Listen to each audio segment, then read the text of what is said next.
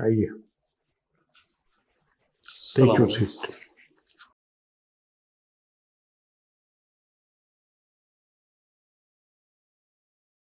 So you are comfortable? Alhamdulillah. Ready for the interview? Yes, sir. You may like to introduce yourself to all of us. Sir, my name is Talha Rafiq. I belong to a small village called Mangwal in district Hoshab. I'm currently residing in Quetta. My father is serving in the military there in 12 Corps Quetta. My mother has been serving in different educational institutes for the past 20-25 years in various capacities. I'm the younger of two siblings. My elder sibling is my elder sister is a trainee general surgery. I myself am a doctor. I graduated from Army Medical College in October 2021 with a bachelor in dental sciences. I graduated with a silver medal in oral surgery and a distinction in oral medicine. Also as the battalion dental senior under officer cadet, which was the senior most cadet in all BDS courses at the time in the college at that time. Other than that, in my humble capacity, I co-founded an NGO called IDRAK, which pioneered the buddy program for street child education in Rawalpindi. We disburse around 60,000 rupees to different schools per month. In my free time, I'm a writer and I play football. I founded a blog called Pen and Paper, where I write on social and political issues of national interest. And in football, I was lucky enough to play in under 14, under 16 age groups in Salkot. Went on to captain my school, college, and university football teams. Thank you. You tell me, you had a professional degree. Yes, sir. And how you thought, what is your inspiration to join the civil services? Sir, my inspiration is derived from three different sources. One is personal, that is my family. Both of my parents are administrators. I'm very much inspired by the careers they have led, the struggles, and I know they'll be very proud to see me in the civil services.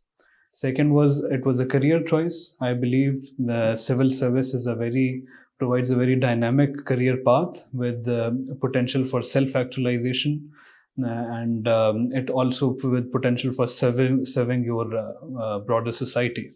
And third, it was a consideration. When I was serving my patients, I was able to treat 50 patients, 100 patients per day. I was able to relieve their pain, but I saw there were much other factors in the society that were impacting their lives. And I felt that I could play a bigger role if I was able to join the civil service and play a part in shaping those factors that impact their lives. That is the reason to join the civil services of Pakistan. Yes, sir. Broadly. Okay, tell us about Pakistan. What do you know about Pakistan? How you will introduce your country to all of us? Sir, Pakistan, it is a country situated in the southeast, almost 75 years old, country of diverse ethnicities, linguistic variety, cultural variety, country rich in natural and human resource. And it is situated both at a geostrategic gateway at the confluence of the Middle East and Central Asia. And it is a country with tremendous potential, which has thus far been underutilized, partly due to our own mistakes, our own mismanagement, and also due to a harsh external climate, where we have to contend with certain geostrategic realities that force our hand in many ways. And the potential of the country can be seen in its achievements in different fields. We have scientists of the caliber of Dr. Abdul Salam. We have sportsmen of the caliber of Jahangir Khan, Jansher Khan. Our cricket team is one of the best teams in the world. We have great potential in tourism, 5 peaks greater than 8,000 feet in height. And we have an expat population that is one of the most productive diasporas in the world. So it is a country rich in potential, albeit the potential is unfulfilled, but it will be fulfilled, inshallah, with due diligence in the future. Now, currently we are facing political Yes, sir. turmoil, I will say. Yes, sir. The Provincial Assembly of Punjab and KPK have been dissolved. Yes, sir. There is a dispute and it has landed in the Supreme Court. Yes, sir. What is your uptake? What are the issue of determination for the Supreme Court? Sir, the primary issue of determination is that who is to set the dates for the election, because there is an ambiguity there. The governors of both provinces say that since they were not part of the process in dissolving the assemblies, they felt that they didn't dissolve the assemblies, and the 2 days after dissolution ran out. So they take the stance that we are not going to announce the election dates. The president then unilaterally announced the election dates under Section 57 of Election Act 2017. So this is a procedural and constitutional issue that is in front of the Supreme Court. Similarly, Supreme Court had to take this suo motu notice because there was a risk of violation of the Constitution. The 90-day time period that is in the Constitution after dissolution of Assembly, within which the elections have to be held, was at the risk of lapsing if the inaction that was being seen prevailed. So it was a step of great urgency in order to preempt any such measures that would lead the country to further political instability. Welcome to CSP's Academy for CSS PMS preparation.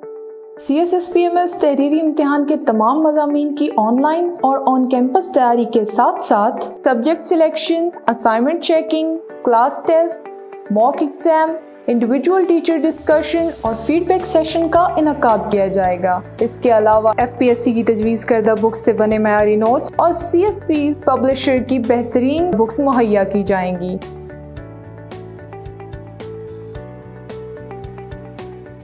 Tala, you are representing the petitioners Yes, sir. before the Supreme Court. Yes, sir. On the issue of advice of the Chief Minister under the Constitution Yes, sir. to the Governor, which was received in the Governor office, Yes, sir. what will be your argument? Sir, my argument would be I would take support from the legal point of view that there is a signed summary forwarded by the Chief Minister, in which the Chief Minister signed the assembly and sent it to the Governor.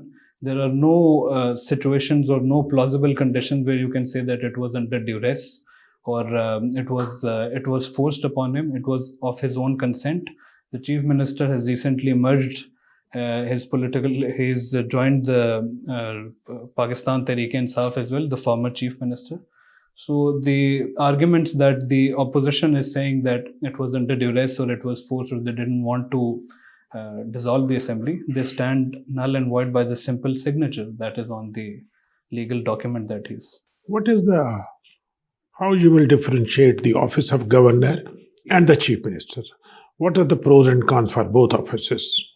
Sir, the office of the Chief Minister is the true executive power in the province, while the office of the Governor is the constitutional head of the province, but it does not have its own original powers, other than acting on certain summaries that are forwarded by the Chief Minister. It can be said that it is a postmaster office where it signs those assemblies and forwards them for action. Because they're the head of the province. But the original power lies with the Chief Minister. And this Who is the elected? Who is the elected? Elected head of the... Yes, sir. And the Governor representative of the people? Yes, sir. Governor is the appointed representative of the President towards the federating components. Look into the national, international scene. Yes, there is a Ukraine war going on. Who are the beneficiaries of this war? So the beneficiaries of this war first would be the military-industrial complexes that exist in different countries because they're able to sell their products and there's a hysteria. Second, I believe in the current situation, Russia is the beneficiary. The people of Ukraine stand to lose because they have to pay a large human cost. They will potentially have to pay a territorial cost as well if the annexation of Donbass and Crimea gets international recognition. And the losers of this war, other than the Ukrainian people, would be the developing world because the prices have skyrocketed across the world. There has been a commodity super cycle. So, but the developed countries, they have their economies in order. But Europe is also suffering. So it is suffering, but not to the extent the suffering we see in the developing world. And Europe can be an inconvenience for Europe, we can say. But Europe has its geostrategic goals. Primarily, the US has its geostrategic goals to single out and isolate Russia. US is making money? Yes, they are making money, sir. So I believe the President Zelensky has to take this into consideration, that other people who do not have direct stake in the war, they might stand to win from it, but ultimately the losers. So how of you this will war explain Pakistan situation? Are we the loser or the gainer? Sir, in terms of the effects that it has on our economy and the tailspin that we have seen, we definitely are seeing a lot of effects of that war in Pakistan. But Pakistan has had to tread a difficult balancing game, because Pakistan had good relations with Ukraine. We used to buy wheat from Ukraine as well. And Pakistan wanted good relations with Russia in the future. We were moving in that direction. So this Russia-Ukraine war thrust Pakistan into a very uncomfortable position on the international scene, because then we have to play out a difficult balancing game, as demonstrated by the recent vote on this UN resolution for the peace proposal by Ukraine, where we had to again abstain. And we could not abstain in categorical terms. We said that we agree with what has been said, but it has to take into consideration Russian grievances. We agree with the spirit, but not the substance of the resolution. So it's a very difficult balancing game in foreign policy for Pakistan. Give your career a boost with CSS PMS preparation from Civil Services Preparatory School. Join CSS PMS for on-campus and online classes. Join us for your bright future. Civil Services Preparatory School, Jeetan Markaz, Islamabad. Register now at 0316-570-1593. Tella, how do you see the future of democracy in Pakistan? Sir, I see the future of democracy in Pakistan, although in the short term it seems to be a bit dark, a bit imperiled. But if the processes continue to roll out, I believe it is only better for the democracy that we go through these small shocks, we go through this turbulence, because after these hardships, there will be an institutional memory in different parts of the country, in different political segments. They will know not to repeat these mistakes. And the process, if it survives this turbulence, it will only emerge out to be stronger. People are getting more involved in the process. The political culture is changing from a subject to more participatory political culture. So I believe these are all omens of good progress. And in the long run, we might see that this particular phase of difficulty led to great ease in the future. Thank you. Please. President Zelensky yesterday said that Ukraine will defeat Russia this year. Yes, sir.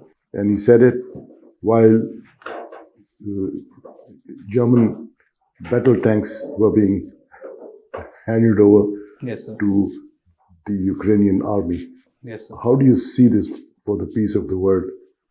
Sir, for the peace of the world, the longer the war goes on, it is likelier that it might spill over, or there is a risk of the nuclear element of the war coming into play when Russia feels threatened to an extent that it has to use the nuclear option. We've already seen the suspension of New START. So for the world peace, it is not looking good. But I also feel that it is not good for the region at large, because Ukraine currently, it seems that the best option Ukraine, most realistic option, has to keep Russia to a stalemate where Russia cannot make fast offensive, the spring offensive that coming in, Russia cannot make fast gains. But it is highly unrealistic to expect that Ukraine will reverse all the gains that Russia has already made, or Ukraine will defeat Russia. And we have also to consider what will entail a defeat. Will it be an invasion of Russian mainland? Will it be an expulsion of Russian forces? Will it be Ukraine joining NATO and Russia being okay with it? So these are all unrealistic projections, which I do not feel bode well for the world peace in the long run. Welcome to CSP's Academy for CSS PMS preparation. CSS PMS तहरीरी इम्तिहान के तमाम मज़ामीन की online और on campus तैयारी के साथ साथ subject selection, assignment checking, class test, mock exam, individual teacher discussion और फीडबैक सेशन का इनकाद किया जाएगा। इसके अलावा FPSC की तजवीज़ करदा बुक्स से बने मयारी नोट्स और CSP पब्लिशर की बेहतरीन बुक्स मुहैया की जाएंगी।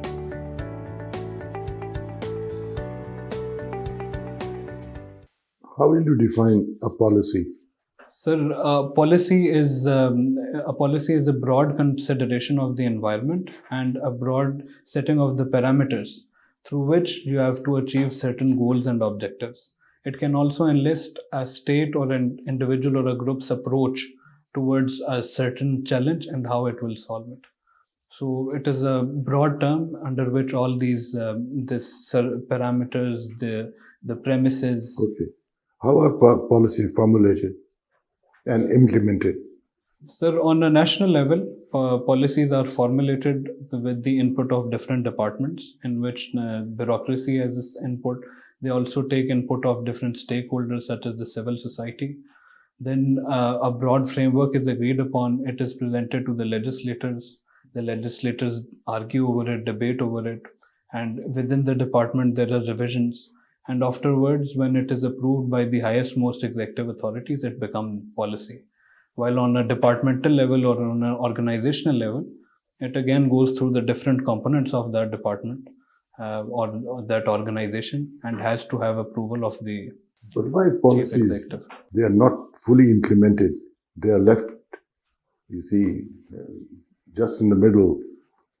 Sir, policies can be, to take this luxury of using this word, they can be considered to be wish lists of what you want to happen and what you project to happen.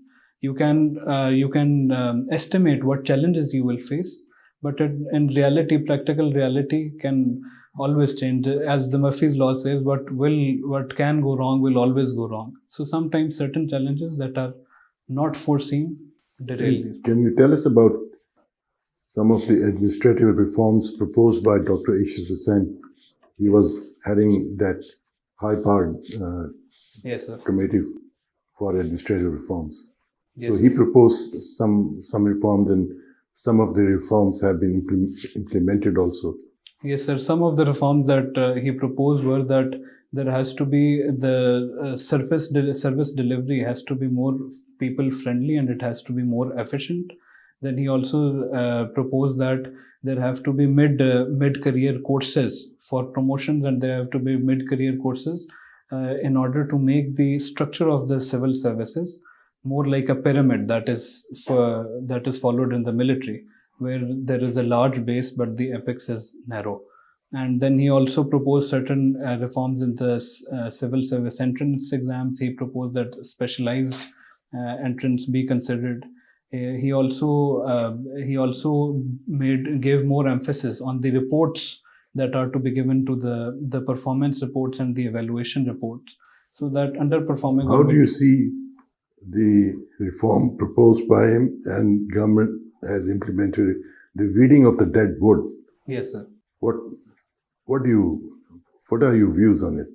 Sir, The policy which he has performed, and the government is trying to implement that. Sir, I believe it is necessary to weed out the dead wood. In order to have efficiency within any structure, it is necessary to weed out the non-performing people, because it not only gives incentive to the performers, but it also acts as a deterrent to other non-performers and relegates the culture of mediocrity from the structure. But I believe that the implementation has not been up to the mark yet, because we have not seen widespread change in the culture or in the approach with these Okay, reforms. good. Accountability Bureau has, we all know, Yes, sir. miserably failed, Yes, sir. become highly controversial. So what, in your view, what should the contours of the Accountability Bureau Yes. looking in the future? So the contours of the Accountability Bureau is that we have to define, there has to be consensus across the board over what the scope of their operations would be. We have to solve the problem that if we include bureaucratic decisions within the ambit of their powers, then it does not lead to more bureaucratic red tapeism. We have to also bring a human element to their conduct, because the 90-day physical remand and the way it was being abused in previous years. There was an example of the University of Sargodha professor who died in NAB custody. Such cases have to be made sure that this remand is more humane in this reason. But the main issue is that even when the accountability court pursues a case, such cases are not then prosecuted in courts. So there has to be a more synergy between NAB prosecution and the carrying out of the punishments or the trials in the accountability. How do you see plea bargain as a tool of justice? So I believe it is a good incentive in order if a system is failing. If a system is not able to efficiently weed out corruption, then you have to rely on the victims, on the abusers of the system to come forward and give some of the money and to just whiten their name. But in efficient systems, plea bargains are not as abused as they are in our country. Because in our country, they're just, when they feel that they will be dragged, so they just give some money and they're able to secure a plea bargain. What do you know about a police station? That is your second choice.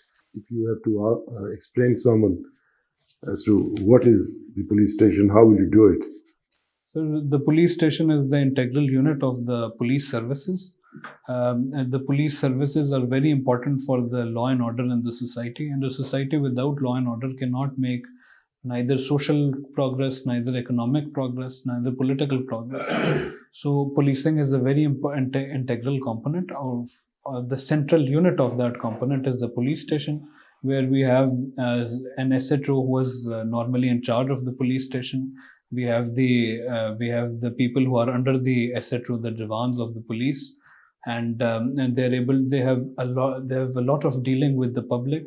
They have to have efficient mechanisms of registering first information reports, and they also have many arbitrary powers that the system has to check that they are not abused for the harm of the general public at large. What do you know about Police Order 2002? Has it been implemented? So the Police Order 2002 was brought in by General Pervez Musharraf as a series of reforms. Prior to that, the police was functioning on an outdated order that was, if I'm not wrong, it was it was a colonial era police order that was based on the Irish police, and the Irish police was made just to suppress the Irish revolutionaries that were there.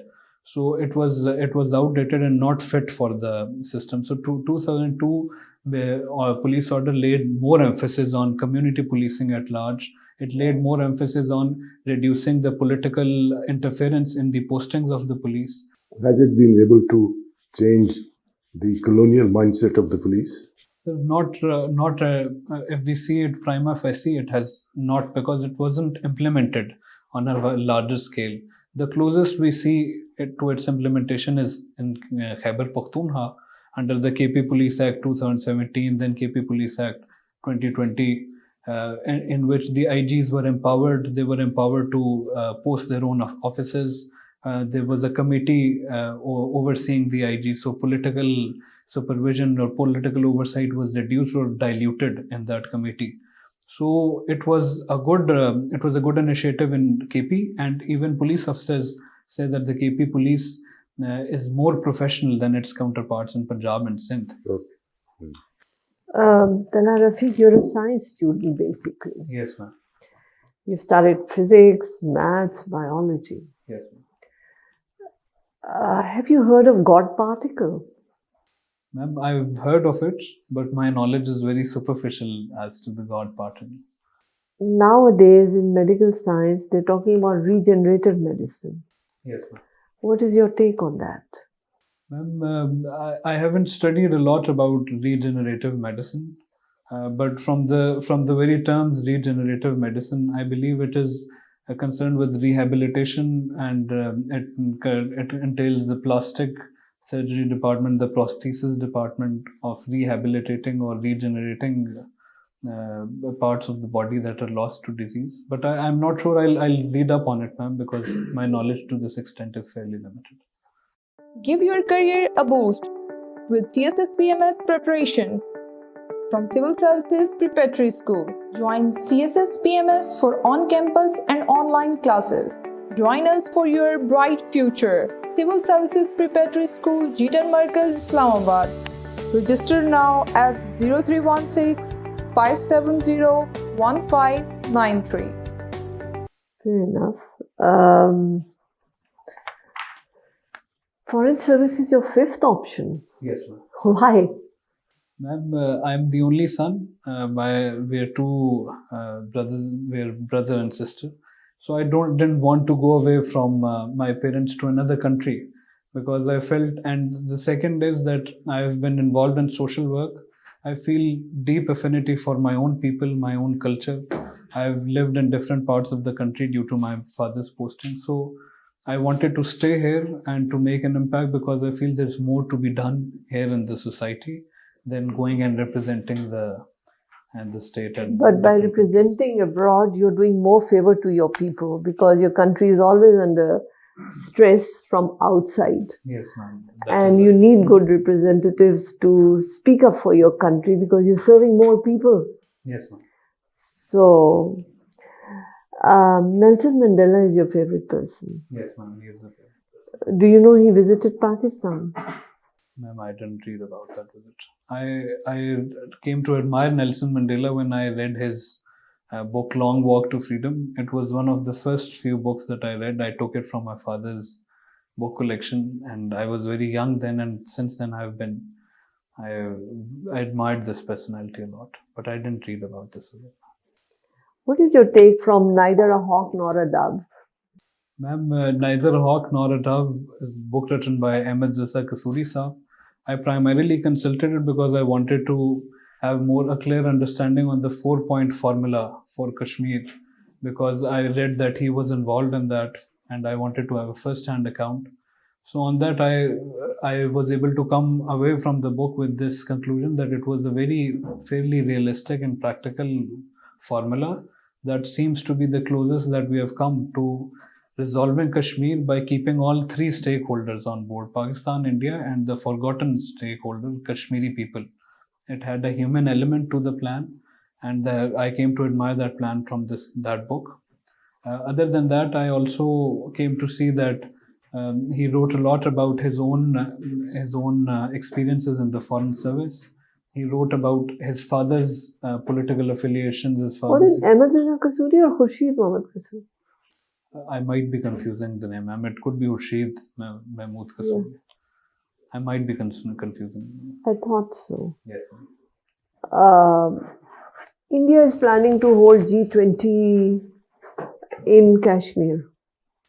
In Kashmir, ma'am. Yes. What is your take on that? It will be a provocative. Attempt by the Indian Foreign Office, and it will also be, if the G20 leaders give an assent to this summit and they attend that summit there, it will also not reflect well on Pakistan's foreign policy, because then it will reflect and it will show that in the wider international community, the opinion that Kashmir is still a contested state and not an internal state of the Indian Union, it will be watered down. So I feel that it will not be a good thing for the Pakistan position on Kashmir if that happens. And not international community stance on Kashmir because there are UN resolutions on it. Yes, ma'am. That will also be damaged if they give an assent to attending the summit there. Thank you so much, Talha. Yes, sir. Talha, Sir. who did represent Muslim League in third roundtable conference?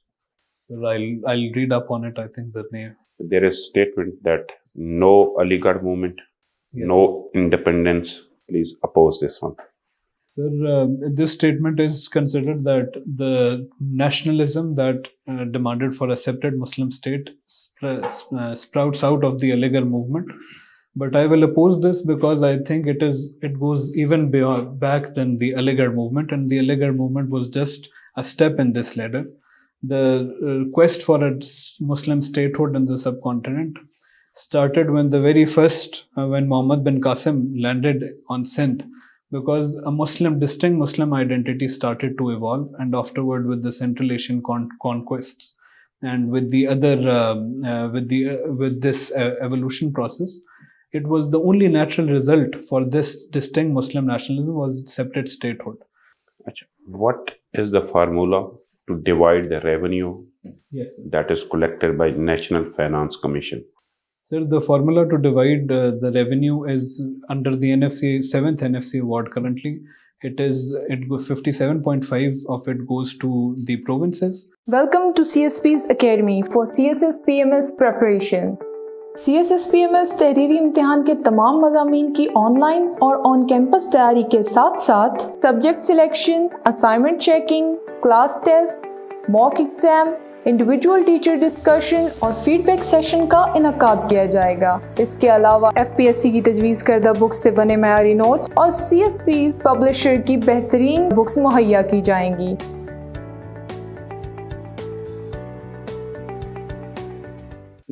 Not to share what is the formula that how they have divided this revenue among the federal government and provinces. Sir, What is the formula? Sir, the formula it is the components in the formula. Yes. Sir, there are 4 components. One is on the population. That Yes. is 82% of it is decided on population. Then it is on backwardness. Then it is inverted population density. And 5% it has revenue generation capacity, which tries to encourage provinces to generate their own revenue as well. What is the total target of FBR for revenue collection for financial year 2022-2023?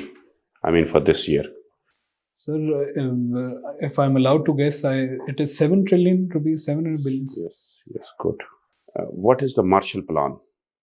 Sir, the Marshall Plan was a post-World War II reconstruction plan, which was given by then Secretary of State John Marshall, US Secretary of State. And he gave this plan in order to achieve 2 objectives. One was to reconstruct the United States markets in Western Europe, and the other was to check the spread of communism. Because they felt that if the destitute post-war conditions were allowed to remain, the communism will spread even further. So under this plan, the Secretary of State proposed giving $12 billion US, investing them in these different countries. They were interest-free loans and grants, and this helped revitalize the industry in post-World War II Western Europe. But Russia was not. Then USSR was not. What do you know about TDA, Thal Development Authority? Sir, once again, my knowledge to this end is limited, but I think Third Developmental Authority is an authority functioning under the government of Sindh. That is, I'll read up on it, sir. When the city of Johorabad, as you belong to Shab, was established, Sir, it was established in 1954. this was the one component of this TDA, Thal Development Authority. Many people believe that Khushab is a mini Pakistan. Yes. How you describe this one? Sir, Khushab can be said to be a mini Pakistan because of the geographic diversity and the topography of the district. Because in the district we have the salt-range mountains, we have Sakesar Valley, which is a tourist hotspot. We have certain lakes such as Uchali, Kabeki Lake. Then the portion of Thal Desert, it touches Khushab from neighboring Bakhar, and it touches, if I am not wrong, the Nurpur or Qaidabad tehsils of Khushab. So Khushab is geographically very diverse, and as Pakistan is geographically very diverse, we have mountains to the north, then we have plateaus, and then we have deserts and the Arabian Sea in the south. My last question is that what was the impact of Lucknow Pact Yes, sir. for creation of Pakistan? Sir, the impact of Lucknow Pact, it was a pact that symbolized the Hindu-Muslim unity at that time, and it established the Muslim League as a legitimate actor in the political spectrum of then united India and under British control. And it also set the footwork for the future consultation and between Muslim League and the Congress, such as took place in Delhi Muslim proposals, then Nehru report, then Jinnah's 14 points. So I believe it was a pivotal. What was the main clause of this Lucknow Pact? Sir, I'll have to read up on it, sir. Thank you. Chale, okay, let's conclude this formula. Let's have an informal discussion. Yes, sir. ठीक है So what do you think? What is your personal assessment about your performance? Make a self-assessment. 1 to 10 के scale में आ जाओ. Where you will place yourself? I'll give myself 6 or 7 because there were some answers that I dropped, some questions. In hindsight, I could have been more articulate or more clear in giving those answers. So there are areas for improvement, but otherwise I try to do my best.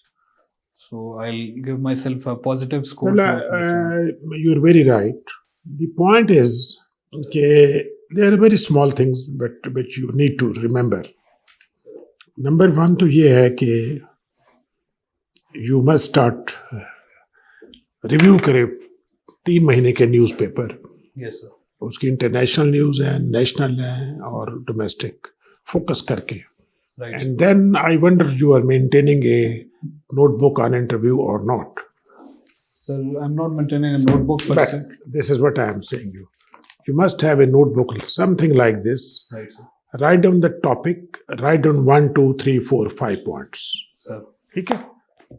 That you must develop at least 100, 150 topics जो Right. तुम्हारी उसमें आ सकता है. Yes, sir. Reason being, तुम्हारा जो interview होगा Sir. तो उसका जो लेवल होगा वो बड़ा अपग्रेड हो जाएगा. 200 नंबर तुम्हें उन्होंने दे दिए हैं. अब when they want to cross 200 से 200 से अबव जब जाने की आएगी तो उस पर लेवल ऑफ इंटरव्यू बढ़ता जाएगा. Sir. ठीक है. तुम्हें प्रॉब्लम तुम्हारा ये हो जाएगा कि वो फोकस हो जाएंगे ज्यादा Yes, sir. कि कंटेंट्स ऑफ द रिप्लाई क्या है. तो this is a sort of a conversation between you and all those people sitting there. Yes, sir. Written में तो तुम बैठ गए ना, सोच के लिखता रहे, पास हो गया फर्स्ट क्लास. जी, जी, you are in a state of preparedness. You are, Yes, sir. ठीक है ना. बट 70-75% तक हो. अभी देर इज गुंजाइश है जी, उसमें. जी, sir. ठीक है. That you need to do. एक तो ये न्यूज़पेपर की करो और उस वेब पॉइंट्स अगर बना सकते हो तो कर लो और इनको रिवीजन रोज करो. रात को सोने से पहले देखो यार एनर्जी क्राइसिस पे है क्या है. अरे जैसे यूक्रेन है, यूक्रेन मालूम मतलब वो तो लंबा चौड़ा आर्टिकल आ रहा है. America is the beneficiary, Europe is the loser, China is a beneficiary, Saudis are beneficiaries. Yes, sir. So who are the loser? We are the loser. Ukraine is the loser. Things like that. You should be very clear. Yes, sir. Secondly, ये है कि तुम panel को study करो. Panel जो interview करने वाला है, जी सर. तो ये किया या नहीं? सर वो देखा है अभी. इसके पास लिस्ट है, ले लो. जी सर. तो उनका बैकग्राउंड देख लो. मैं अगर आप इजाज़त दें तो आपको पता है मैं टीडी आपसे क्यों पूछा है. शायद अशरफ तारड़ साहब जो है ना वो खुशाब के 3 साल डीसी रहे हैं. सर. जोराबाद. अच्छा, ये जो हमारे चेयरमैन हैं अपना मेकन साहब, ये कलूर कोर्ट के, इनके पहले असिस्टेंट कमिश्नर कलूर कोर्ट के थे और इन्होंने ना वो जो टीडीए के प्रोजेक्ट थे उनको इम्प्लीमेंट किया हुआ है. सर. तो 2 लोग तो वहाँ पोस्टेड रहे हैं. बिल्कुल. उसके वो आपसे पूछेंगे जी आपको पता है जोराबाद का सबसे फेमस पार्क कौन सा है? नहीं सर, मैं उधर उस पार्क का नाम भी शायद अशरफ तारड़ अब पार्क वो है. है ना कि तुम क्योंकि खुशाब से हो ना इसलिए, यस. अदरवाइज शायद ना कहते. हाँ. तो बस मेरी तुम्हें ये एडवाइस है कि बेटा न्यूज़पेपर है, पैनल को स्टडी कर लो, फोकस्ड जवाब दो. अपने जवाब में याद करो कि 2-3 पॉइंट तुमने डिलीवर करने हैं. Give your career a boost with CSS PMS preparation from Civil Services Preparatory School. Join CSS PMS for on-campus and online classes. Join us for your bright future. Civil Services Preparatory School, Jeetan Markaz, Islamabad. Register now at 0316 570 1593. Tanha, you have a very good personality. Thank you, ma'am. You have good communication skills. But you are going in a competitive examination. These marks that Durrani Sahib has given are not to make you feel good about you. It is a challenge that will you be able to live up to these marks. Yes, ma'am. So you have to work hard.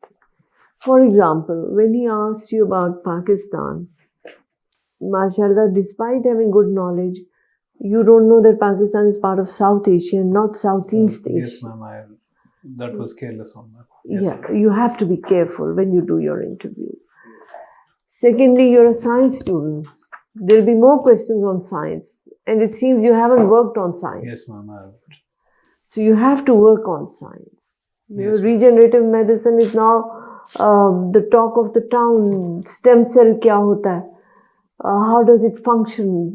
All those things are now en vogue. Everybody is talking about it. So you, having been a doctor, people will ask you, although you're a dentist more than, Yes, ma'am. but still you would be asked questions on that. Yes, ma'am. You could be asked questions on AIs, about their application, about their challenges. Favorite personalities, my dear sir, you don't put 6 favorite personalities. अच्छा, अपने hobbies को भी limit करो. Yes. क्योंकि you basically you're opening flanks. जितना flank खोलोगे उतना attack आएगा और कहीं से भी आएगा. इसलिए उसको अगर zero in करो और उसको फिर defend करो, तो then you are a competitor. Right. Because you're in a competition. If you make it your advantage, you can win. If you make it your disadvantage, you will lose. ठीक है? तो उसमें भी फिर because आपने वो लिखा है कि आपने अपना blog बनाया ये वो, people will ask you questions. आपने जो है उसको क्यों बंद कर दिया, ट्विटर का क्या है, एलन मस्क का क्या है, all sorts of questions will start coming to you. Playing and watching football के उसका फील्ड का क्या साइज है? Yes. ठीक है. Who are the champions now? World cup किसने जीता, क्यों जीता, प्लेयर्स के नाम, डिफरेंट कंट्रीज के, मोरक्को का क्या हुआ, all those questions will come. So we are here to guide you. Yes. And you are a winning horse, but focus on what you write and then defend it. Okay? I will work on it. देखो ये All the तुम्हारा best. 80% interview इसी चीज से होगा, इसी format पे. वहाँ वो आपसे लेंगे कोई ना कोई something right. Then you have to defend what you have written on this paper. Right, sir. तो 80% वो तुम्हें यहाँ से जैसे कोशाब, तुम्हारी मेडिसिन, जो कुछ तुमने इसमें लिखा है, जी जी सर. ठीक है, और 20% न्यूज़पेपर में होना है. जी जी sir. That is the area. Pakistan affair को बहुत बेहतर करो. बहुत ज़्यादा क्वेश्चन पूछेंगे. देन आप खुशाब में रहे नहीं हो, ये कोई एक्सक्यूज नहीं है. आपको बहुत अच्छा पता होना चाहिए. जी जी सर. अच्छा, दूसरा यार, अपना वीकनेस आपने लिखे, need to improve the utilization of time. Yes, sir. So ये तो इस चीज़ को इंडिकेट करती है कि you are inefficient. Yes, sir. इसको ना चेंज करो. अच्छा, आपकी वीकनेस और स्ट्रेंथ ना एक दूसरे के साथ मैच नहीं कर रही, तो इनको भी एक दफ़ा देख लो. यहाँ पे आपने कहा परसिस्टेंट, रेजिलिएंट, देन आप कह रहे हैं need to improve the utilization of time. ये इनएफिशिएंसी की तरफ जाता है. इसको थोड़ा सा बेहतर कर लो. Any question from your side? नहीं sir. It was a great session. Valuable feedback. Okay, good. ठीक है.